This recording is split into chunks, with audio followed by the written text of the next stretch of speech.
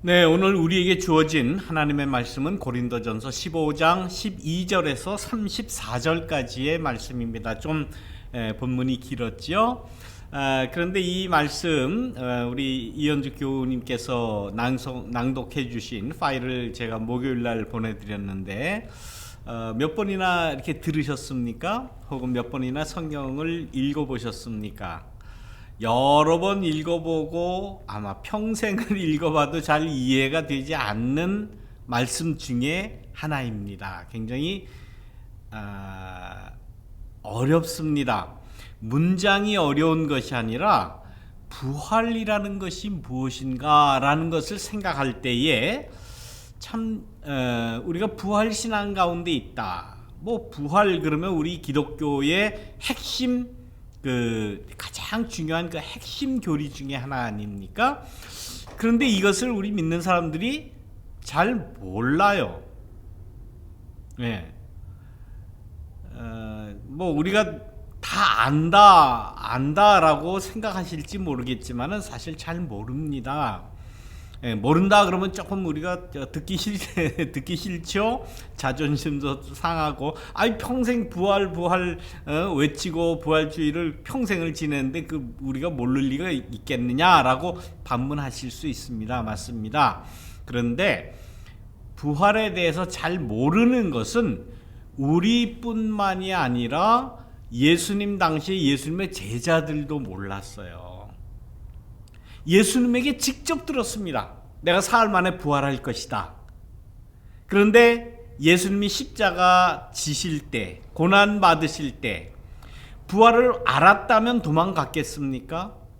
부활이 어떤 모습으로 예수님께서 사흘 만에 확실하게 살아나신다라고 생각을 했다면, 알고 있었다면 그렇게 예수님을 베드로가 부인하듯이 부인하고 다 도망가고 그랬겠습니까? 또 십자가 달리신 이후에 제자들이 다 자기 살던 고향으로 가서 이제는 뭐 다 틀렸으니 옛날 일 할 거 하자 그랬겠습니까? 그것을 보면 부활에 대해서는 듣기는 들었으나, 예수님에게 듣기는 들었으나 부활을 첫째는 알지 못했고, 두 번째는 확신하지 못했고, 세 번째는 실천하지도 못했다. 다시 말하면 곧 부활에 대해서는 전혀 알지 못했다라고 해도 부족함이 없습니다. 제자들만 그랬을까요? 우리는 그렇지 않습니까?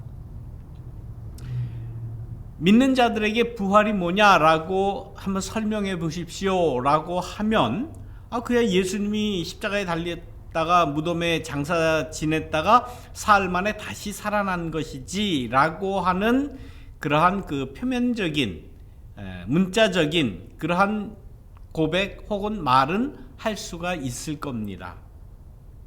근데 요즘 표현하는 대로 그 부활에 대한 설명 안에 영혼이 담겨 있습니까? 우리의 진정한 그 영혼이 담겨서 부활에 대한 확신이 이것이 부활이구나라고 하는 삶에서 우러나오는, 오늘 고린도전서 15장에 있는 말씀을 드리면 그리스도의 부활과 우리의 부활과 육신의 부활, 이 부활을 다 우리가 이해하고 체험하고 확신하면서 부활을 고백하고 간증할 수 있느냐 하는 문제예요. 이건 뭐 할 수 있다 없다, 뭐 내가 자존심이 상한다 안 상한다 이런 문제가 아니고, 나의 정말 하나님 앞에서의 영혼의 간증을 정말 내가 이야기할 수 있느냐 하는 거예요. 제자들도 부활을 듣기는 들었으나 다 도망한 것처럼 잘 몰랐고, 잘 모르는 게 아니라 전혀 몰랐다라고 해도 과언이 아니다라는 거예요. 자, 제자들도 몰랐고, 그리고 우리가 가지고 있는 이 신약 성서 안에 복음서 안에 마태, 마가, 누가, 요한복음 네 복음서에 공이 다 나옵니다. 그런데 이 네 복음서가 전하는 부활의 이야기가 다 달라요. 아니, 부활이 예수님의 부활이면 일관성이 있어야 되지 않느냐? 그렇죠? 교리라고 하는 것은 일관성이 있어야 돼요. 여기서 달리 이야기하고 저기서 달리 이야기한다면 의심을 받게 되죠. 또 예수님의 부활이라고 하는 예수님 자체도 예수님의 부활의 일관성과 부활의 확실성, 이것을 그야말로 역사 가운데 전 세계 모든 사람에게 공표하시려면 어떻게 나타나시는 것이 가장 효과적일까요? 당시에 예수님을 누가 십자가에 못 박아 죽였습니까? 대표적으로 본디오 빌라도, 로마의 총독이죠. 대제사장들을 위시한 종교 기득권자 그룹, 헤롯 왕권, 유대의 기득권자들이 야합을 해서 예수님을 십자가에 달려 죽였잖아요. 그러면 예수님이 부활하셨다라는 것을 확실하게 이야기하기 위해서는 누구에게 나타나야 확실합니까? 본디오 빌라도에게 나타나면 확실한 거 아니에요? 로마 군부가 모여있는 앞에 예수님께, 부활한 예수님께서 나타나시, 봐라, 내가 살아났다라고 말씀하셨다면 가장 확실한 것 아닙니까? 누구 하나 부활을 의심하지 않을 거예요. 대제사장들이 있는 예루살렘 성전에 나타나셔서, 봐라, 너희들이 나를 모함해서 로마 군부의 사형을 행해달라고 기소를 하고 나를 십자가에 달았지만 난 이렇게 살아났다. 대제사장을 위시한 종교 지도자들에게 나타나면 더 확신할 거예요.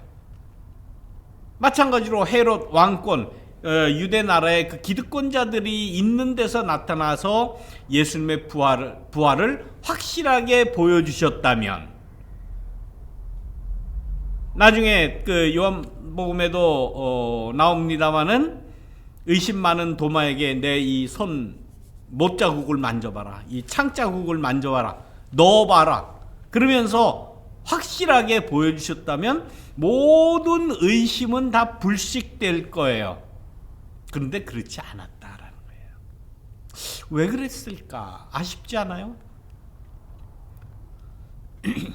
예수님을 따르는 후에 예수님을 자기의 생명을 내걸면서 나도 예수님같이 고난당하고 죽을 수도 있고 나도 예수님같이 십자가에 달릴 수도 있고 하는 것을 감수했던 그 예수님의 부활을 체험하고 자기의 목숨을 내걸고 예수님의 복음에 헌신을 했던 적극적인 예수님의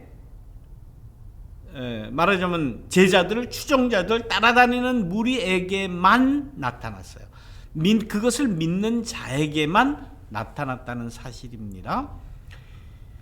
마태복음에서는 그 예수님이 부활하셨다는 사실을 여인들이 가서 발견을 하죠. 그리고 빈 무덤을 발견하게 됩니다. 그리고 이 여인들은 두려워 떨었어요. 그리고 후에 예수님께서 제자들에게 나타나신 그러한 일을 쭉 이렇게 기록을 합니다. 근데 마가복음 16장에 나오는 이 예수님의 부활에 대한 말씀은 조금 좀 이해하기가 어려운데, 그건 뭔가면 마가복음 16장은 원래 이 신약 성경 마가복음의 사본에는 1절에서 8절까지가 마가복음의 그 마지막입니다. 그리고 9절부터 우리 성경에는 20절까지 되어 있고, 또 공동번역 성경 캐톨릭 공동번역 성서에는 22절까지 되어 있어요. 이게 좀 달라요. 절수도 다르고. 그런데 이 마가복음에 관한 어떤 사본에는 9절부터 20절 혹은 21절, 22절까지 그 말씀이 어떤 사본에는 빠져 있어요. 없어요. 그러니까 신약 성경의 사본이 여러 개인데 그 중에 이 마가복음 16장, 마지막 장인 이 16장은 원래는 1절부터 8절까지가 마가복음 16장의 말씀이라고 보는 거예요. 그런데 이 9절부터 이 20절까지가 이 빠져 있는 것은 다른 사본에서는 마가복음의 사본을 만들 때에 예수님의 부활 이야기를 다른 복음서에서 빌어서 여기다 갖다 붙였다라고 밖에는 볼 수가 없는 겁니다. 다시 말하면 최초의 마가복음 사본에는 부활한 예수님에 대한 이야기가 아예 없다고 하는 사실이에요. 마가복음이 제일 먼저 쓰여져 있는 복음서인데 그것이 왜 빠져 있고 왜 없을까? 또 이것도 좀 이렇게 헷갈리는 그러한 말씀 중에 하나입니다.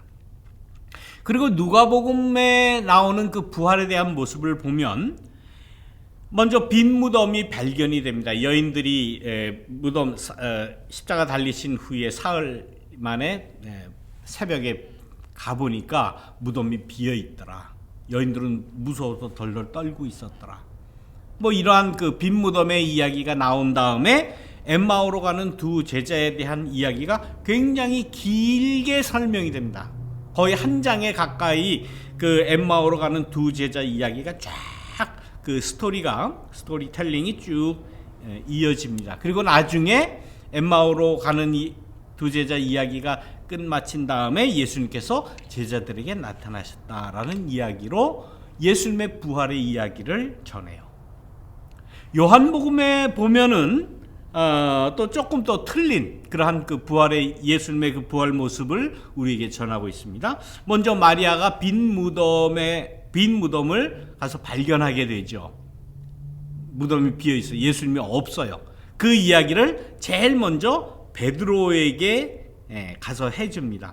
베드로가 요한과 와서 보니 역시 빈 무덤이었고, 그 다음에 그 부활하신 예수님이 마리아에게 나타나셨고 또 제자들에게 나타나셨고, 그 다음에 소위 제자들이 있을 때에 의심 많은 도마의 그 에피소드가 나오죠. 나는 못 믿겠습니다. 그러니까 여기 와서 못자국을 만져봐라, 여기 창자국을 만져봐라, 손을 넣어봐라 하는 그 도마에게 나타나신 부활하신 예수님의 이야기가 나오고, 그 다음에 예수님께서 그 갈릴리 호숫가로 가시죠. 디베랴 호수로 가셔서 제자들이 다 이제는 옛날 직업으로 다 돌아간 제자들에게 나타나셔서 고기 잡는 그 현장에 가셔서 밤새도록 잡았는데 잡지 못하니까 예수님이 뭐라고 그러십니까? 야, 그물을 오른편에 한번 넣어봐라. 그러니까 뭐 많이 135마리나 잡혔다는 그러한 그 에피소드가 나오지 않습니까? 그 이야기가 나온 이후에 또 베드로 나타나셔서 묻습니다. 그 유명한 이야기 알죠? 내가 나를 사랑하느냐? 내가 나를 사랑하느냐? 내가 나를 사랑하느냐? 3번 묻는 그러한 그 에피소드가 나옵니다. 자, 마태, 마가, 누가, 요한 이 세 복음서의 부활의 예수님의 모습이 왜 이렇게 다 다를까요?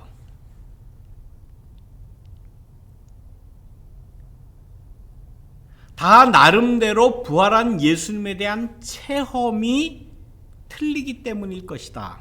물론 거기 이제 드릴 말씀은 많이 있습니다. 그것은 나중에 성경 공부 시간에 말씀을 드리고, 아무튼 달랐다 하는 그 사실만 일단은 말씀드리고, 그러면은 이 복음서가 쓰여진 그 시대보다도 훨씬 먼저 쓰여졌다고 생각되는 바울의 서신에는, 바울은 그러면 예수님의 부활을 어떻게 바라봤을까?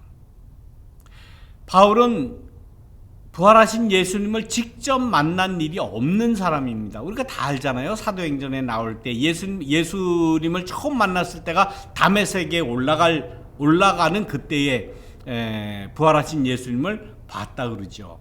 근데 그때 사울이 만났던 그 예수님은 부활하신 예수님보다 훨씬 이후에 어떤 알 수 없는, 다른 사람들은 알 수 없는 이 사울 개인적인 그런 영적인 체험이었죠. 갑자기 밝은 빛을 보게 되었고 거기에서 예수 그리스도의 음성을 듣게 되었다. 그래서 내가 나를 왜 이렇게 핍박하느냐라는 음성을 듣고 밝은 빛을 본 이후에 전혀 당분간 앞을 보지 못했다는 그런 그 에피소드가 나오는데, 그때 그 체험을 사도 바울은 이것이 바로 부활한 예수를 내가 만났다라고 하는 증거다라고 제시를 하죠. 사도 그러면은 예수님을 직접 봤던 사람들을 사도라고 그러는 겁니다. 아무나 다 사도가 되는 게 아니라 예수님에게 직접 말씀을 듣고 예수님과 함께 삶을 살고 함께 음식도 나눠 먹었던 생을 나눴던 사람들 가운데 제자들을 사도라고 하는데, 이 사울은 나중에 바울이 되죠. 이 바울은 그런 적이 없어요. 그런데 바울은 자기는 믿음 안에서 나름대로 자기는 믿음이라고 표현하지만은 다른 사도들이 볼 때는 우기는 거예요. 자기 나도 봤다라고 바울이 우기더라. 그런데 이 바울은 그럼 다른 거 다 제쳐놓고 예수님의 부활에 대해서 어떤 그 부활을 이야기하고 있는가? 오늘 우리의 본문인 이 고린도전서 15장이 사도 바울의 부활에 대한 믿음 혹은 부활에 대한 생각을 쭉 설파해 나가고 있는 겁니다. 이 고린도전서 15장은 세 부분으로 나뉘어져요.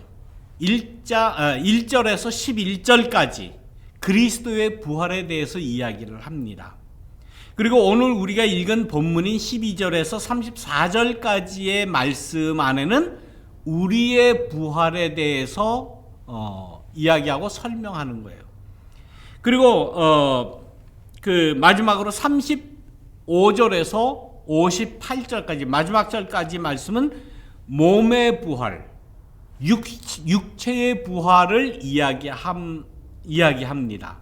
그러니까 세 부활을 이야기하는 거죠. 그리스도의 부활, 우리의 부활, 그리고 육체의 부활. 이 세 부활에 대한 나름대로의 생각을, 나름대로의 그 믿음을 피력을 하고 있어요. 굉장히 분석적이죠. 사도 바울답게 자기가 직접 만나지는 못했지만은, 그러나 나는 그리스도의 부활을 난 이렇게 믿고 이것이 그리스도의 부활이다라고 이렇게 확신하는 것 아닙니까? 자, 이 세 부활로 이렇게 나누어지는데, 오늘은 본문이 고린도전서 15장이니까 그 고린도전서 15장에 있는 사도 바울이 이야기한 그 부활 중에 먼저 그리스도의 부활 1절부터 11절까지 있는 이 말씀, 그리스도의 부활과 또 오늘 본문인 12절에서 34절에 나오는 우리의 부활, 요것만 말씀을 드리도록 하겠습니다. 그 육신의 부활, 육체의 부활은 나중에 또 이렇게 말씀을 드려야 돼요. 자, 여러분들은 부활 그러면 부활에 대해서 설명하라 그러면 아마 대부분이 이 사도 바울이 이야기한 고린도전서 15장 1절에서 11절까지에 나오는 그리스도의 부활을 설명할 겁니다. 그 안에는 이 바울이 가지고 있던 그리스도에 대한 그 고백, 또 그리스도의 부활이 이것이다라고 한 설명. 대부분 우리가 다 여기까지는 다 수긍을 하고 누구나 다 인정을 하고 누구나 다 알고 있는 그러한 부활에 대한 말씀일 거예요. 오늘 예배 드릴 때 예배 부름에 제가 낭독한 그 말씀이 고린도전서 15장 1절에서 11절까지 말씀입니다. 전에 내가 전해준 복음은 여러분의 마음속에 되새겨 주려고 합니다. 이건 확실한 것입니다 하고 말을 하면서, 그리스도께서 성경에 이르신 대로 우리 죄를 용서하시기 위해서 또 또 우리를 구원하시기 위해서 십자가에 달리셨고 무덤에 묻히셨다가 성경의 말씀대로 사흘 만에 다시 살아났다는 것, 이것을 나는 믿습니다 하는 거예요. 여러분들 다 믿으시잖아요. 예. 여기까지는 뭐 별 의심을 하는 분은 아마 별로 없을 겁니다. 뭐 그것도 안 믿는 사람도 있기는 하겠지만, 우리는 신앙 안에서 예수님이 십자가에 달려 죽으시고 사흘 만에 다시 살아났다라고 하는 그러한 예수님의 부활을 우리는 그대로 믿습니다. 그런데 어떤 모습으로 살아나셨느냐라는 것은 아까 말씀드린 대로 모든 제자들이 다 체험한 예수님의 그 부활하신 모습의 체험의 모습이 다 달라요. 그렇지 않습니까? 그래서 제가 마태, 마가, 누가, 요한복음이 이러이러한 그 부활의 모습을 나타냈다고 제가 말씀을 드린 겁니다. 그런데 그러면 부활이 과연 무엇이냐? 마태, 마가, 누가, 요한복음에서는 거기에서 끝났어요. 내가 만난 부활하신 예수님의 모습은 이렇다. 그래서 예수님이 부활하셨다라고 증언을 하고 복음서에 기록을 했는데, 거기에 그 예수님의 부활에 대해서 사도 바울은 한 단계 더 뛰어넘어서 예수 그리스도께서 부활하셨다는 것을 다 믿고 확신하고, 또 우리의 신앙의 가장 핵심적인 것으로 예수님의 부활을 우리가 믿고 있는데, 그것으로 마치는 것이 아니다라고 이야기하면서 오늘 우리가 읽은 본문 12절에서 34절까지의 말씀에 우리의 부활을 이야기해요. 복음서에는 나오지 않아요. 나도 부활한다고 하는 사실, 나도 예수 그리스도와 같이 부활한다, 다시 살아난다 라고 하는 이 우리의 부활에 대해서 아주 분명하게 반복적으로 이야기를 하고 있습니다. 그것이 뭡니까? 아마 이 말씀을 읽으시면서 조금 이상하다, 이게 무슨 말인가 하고 아마 그 고개를 좀 갸우뚱 하셨을 거예요. 또 하셔야 됩니다. 왜? 그리스도의 부활과 죽은 자의 부활, 그러니까 우리의 부활이에요. 거기서 죽은 자가 다시 살아나는 일이 없으면 뭐 이렇게 계속 반복되는데, 죽은 자가 다시 살아난다는 건 바로 우리 인간들, 뭐 우리 인간들까지 할 것 없이 나라고 여러분들 생각해 보시죠.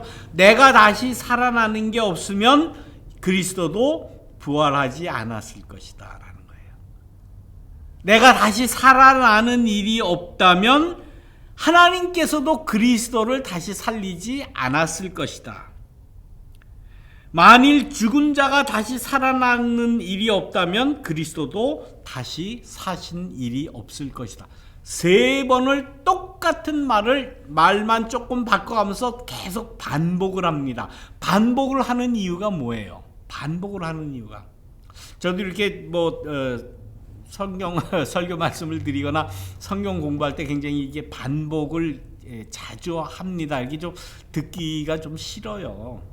제가 녹음하고도 제가 들어도 왜 저렇게 아까 이야기한 걸 또 반복하고 또 말 조금 바꿔가지고 또 반복하고 저러나 라는 생각이 드는데, 아마 이 사도 바울의 영향을 받아서가 아닌지 모르겠어요. 똑같은 말을 세 번을 말만 쬐끔 바꿔가면서 세 번 계속 반복하는 게 오늘 본문에 나오는 겁니다.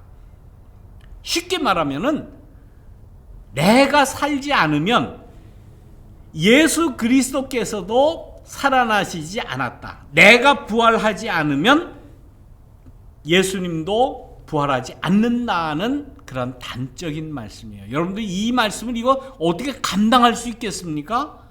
내가 부활을 하지 않으면 예수님이 부활하지 않는다?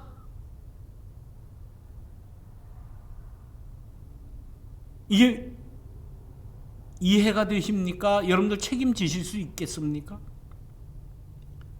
예수님은 당연히 부활하셨고, 인간의 수천 년, 2000년 역사 가운데 예수님이 부활하셨다라고 하는 그 부활 신앙으로 예수님을 믿는 이 신앙이 형성이 되고 이루어지고 교회가 조직되고 했는데 내가 부활하지 않으면 그 부활의 예수님이 말하자면 아무 소용이 없다는 소리 아니에요.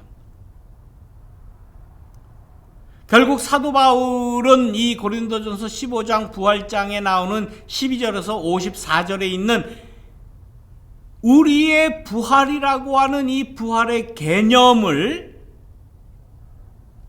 자기 개체화시킨 거예요. 육화시킨 거예요. 부활이라고 하는 것을 영적인 것으로 혹은 정신적 혹은 영적 혹은 신령한 것으로만 바라보는 것이 아니라 내가 부활하지 않으면 예수 그리스도의 부활이라고 암만 이야기해봐야 무슨 소용이 있겠느냐. 그런 부활은 없다라는 거예요. 그래서 우리가 부활을 믿는 것뿐만 아니라 내가 부활을 살아야 되는 거예요. 다시 말하면 내가 죽었던 것과 같이 내가 죽었었던 것과 내가 죽었다가 다시 살아나는 것과 같이 나도 죽어야 되고 나도 다시 살아야 된다. 그러나 지금 내가 살아있는 이 삶의 그 시간 동안에는 부활의 삶을 살아야 된다는 거예요. 부활의 삶을 살아야 된다. 다시 말하면 우리가 신앙 안에서 죽음도 초월할 수 있는, 죽음뿐만 아니라 나 자신도 초월하고 초극할 수 있는 그러한 삶을 살아야 된다라는 말씀이에요. 사람이 어떻게 죽음을 초월합니까? 나 자신을 어떻게 초월해요? 나를 어떻게 부인합니까? 그러나 예수님은 말씀하십니다. 자기를 부인해라. 바로 그 소리예요. 자기를 부인하고 십자가를 지고 나를 따르라는 그 말씀이 바로 부활의 삶을 살라는 그러한 말씀 아니겠습니까? 우리는 끝없이 내가 가지고 있는 욕심과 욕망을 채우기 위해서 살아가지 않습니까? 그 내 욕망을 극대화하기 위해서 많은 노력을 해요. 내가 배우는 것, 내가 성취하는 것, 내가 일하는 것, 내가 재물을 벌어들이는 것, 쌓아놓는 것, 이런 모든 것 따지고 보면 우리 인간이 가지고 있는 그러한 욕망을 점점점 확대시키고 극대화시키기 위해서 그런 일들을 하잖아요. 그것을 뛰어넘을 때에 부활의 삶을 사는 겁니다. 내 욕망과 내 욕심은 극대한적으로 쌓아놓고 축적하고 불려나가면서 나는 예수 그리스도를 믿었으니, 나는 그리스도의 부활을 믿었으니 나도 부활한다 라고 하는 말은 이건 바울의 부활의 신앙에서는 어불성설이에요. 그거는 그렇게 될 수가 없는 겁니다. 예수님의 말씀대로 자기를 부인하고 자기를 뛰어넘고 십자가를 지고 다시 말하면 죽고 그리고 다시 살아나는 그러한 삶을 살라고 하는 예수님의 말씀, 그리고 사도 바울의 교훈이에요. 이 부활의 삶을 살라고 하는 이 말씀은 아무리 설교 말씀을 한다고 한들 이거는 이루어지지 않습니다. 내가 그렇게 살아야 돼요. 예배 드리는 이 1시간 혹은 설교를 듣는 이 짧은 시간, 이때만 그냥 머리로 부활에 대한 인정 혹은 부활에 대한 사고 이거에 그친 것이 아니라 내가 실제로 살아가면서 내가 얼마나 부활의 삶을 사느냐, 얼마나 나를 희생하고 나를 부인하고 자아를 초월하고 초극하고 살 수 있느냐라고 하는 문제는 그리 쉬운 문제가 아닙니다. 끝없는 그 신앙의 수련이라고 할까요? 신앙의 경건의 연습이라고 할까요? 그것을 다른 종교에서도 돌을 닦는다 혹은 성부를 한다 그렇게 표현을 합니다. 우리가 살아가는 데 있어서 이러한 그 내 몸의 부활, 이 고린도전서 15장 12절에서 34절에 이야기하는 몸의 부활을 실천하지 않으면 사도 바울은 그 오늘 본문 말씀에서 3번 계속해서 이야기합니다. 우리가 전하는 것도 헛되고, 너희가 전한다고 하는 것도 헛되고, 우리가 믿는다고 한 것도 다 헛것이고 아무것도 아니고, 아무리 그리스도에 대한, 하나님에 대한, 성령에 대한 지식을 막 쌓아놓고 알고 척척 이야기하고 한들 다 소용이 없다라고 말씀을 합니다. 그만큼 부활의 삶, 몸에 우리의 부활이 이만큼 중요한 거예요. 오늘은 그리스도의 부활과 우리의 부활, 곧 나의 부활에 대한 말씀을 드렸습니다. 근데 이 나의 부활이라고 하는 것은 나 홀로가 아니에요. 육신의 부활로 이제 이어집니다. 그것이 마지막에 나오는 35절, 15장 35절에서 58절까지에 나오는 그야말로 사도 바울의 부활에 대한 고백 가운데 정말 주옥과 같은 그러한 글로 이어지는 것을 여러분 기대해 주시기를 바랍니다. 우리가 그리스도의 부활을 고백하고 아는 것뿐만 아니라 우리의 부활이 이 부활절의 소망과 함께 우리도 부활하는 역사가 일어나시기를 바랍니다. 간단하게 쉽게 이야기하면 자기를 뛰어넘는 거예요. 자기의 욕심을 다 자제하고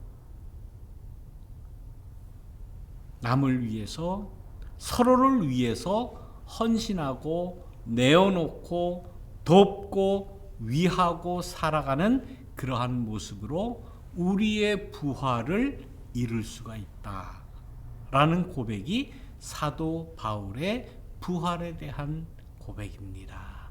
부활의 소망이 우리 모두에게 함께 하시기를 간절히 축원합니다. 우리 기도 드리겠습니다.